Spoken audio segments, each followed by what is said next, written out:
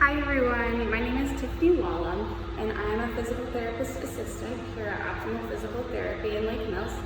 First, I just wanted to introduce myself and tell you a little bit about what I do and what types of patients that I work with here at Optimal Physical Therapy. Since I've been practicing as a physical therapist assistant, I've focused most of my efforts into obtaining an aquatic therapist certification.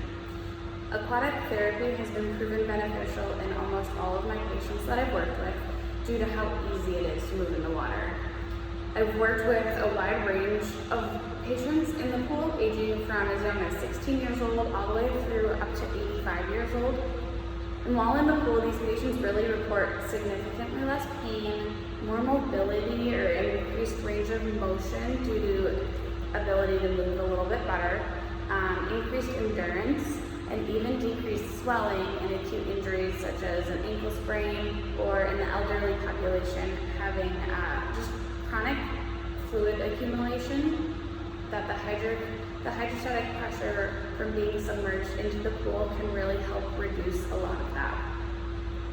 One basic physics concept to really keep in mind with being submerged in the pool is the relative density of our bodies.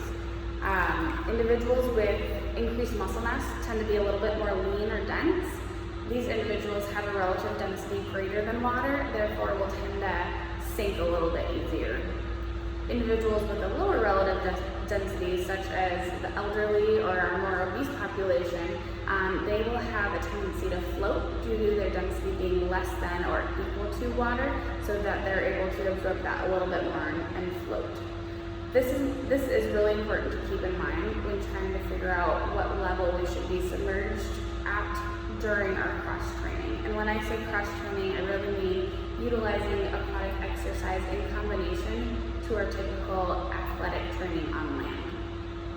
So when we're thinking about the level of submersion while in the pool, we really should know some basic guidelines as far as body weight goes.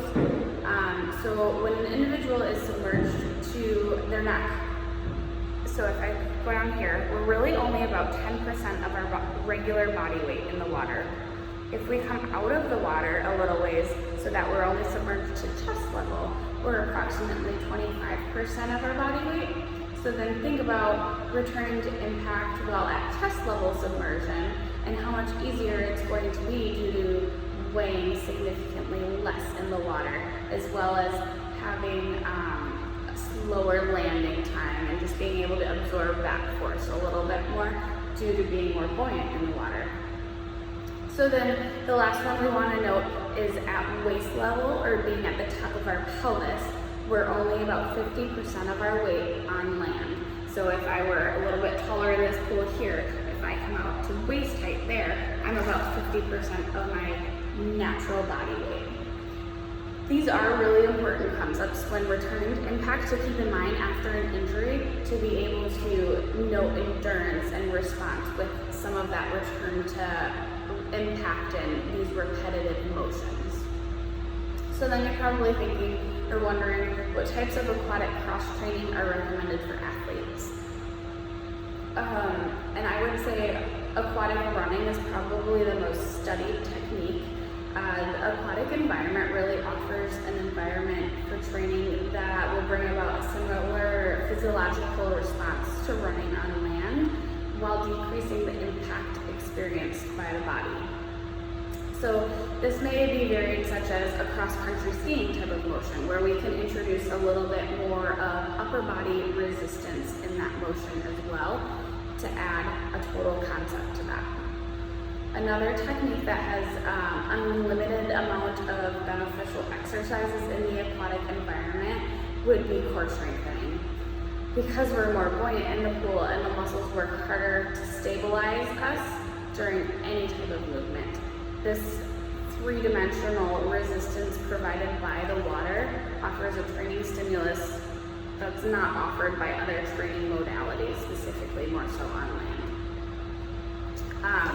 So by any movement here, I really have to center, and if I want to switch directions, I really have to tighten my core and be able to stop myself, because I'm able to float and move so easy in the water.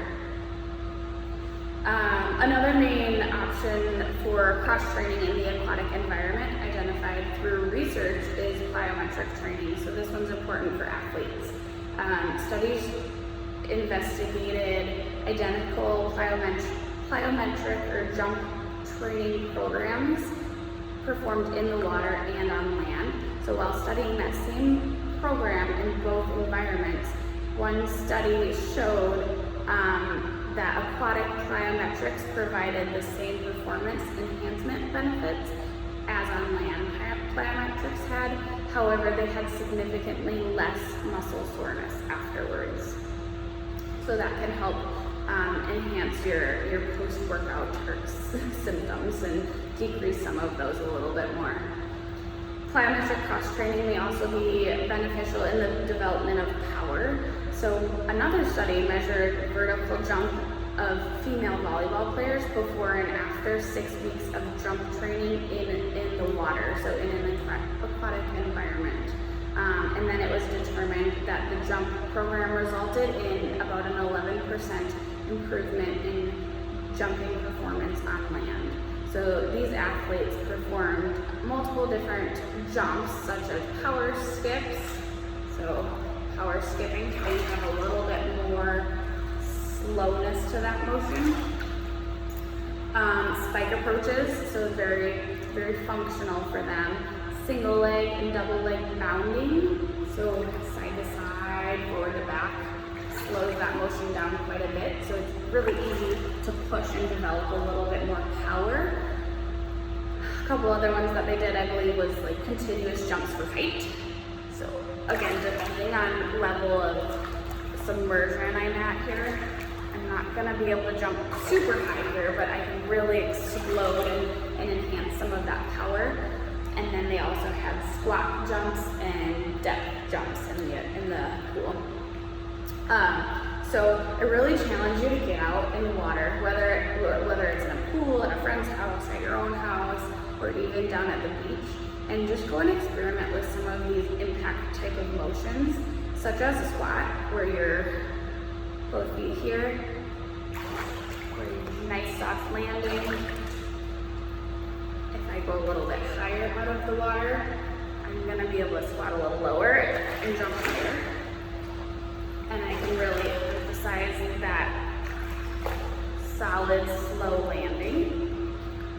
You could do some side shuffling where you really have to emphasize core stabilization.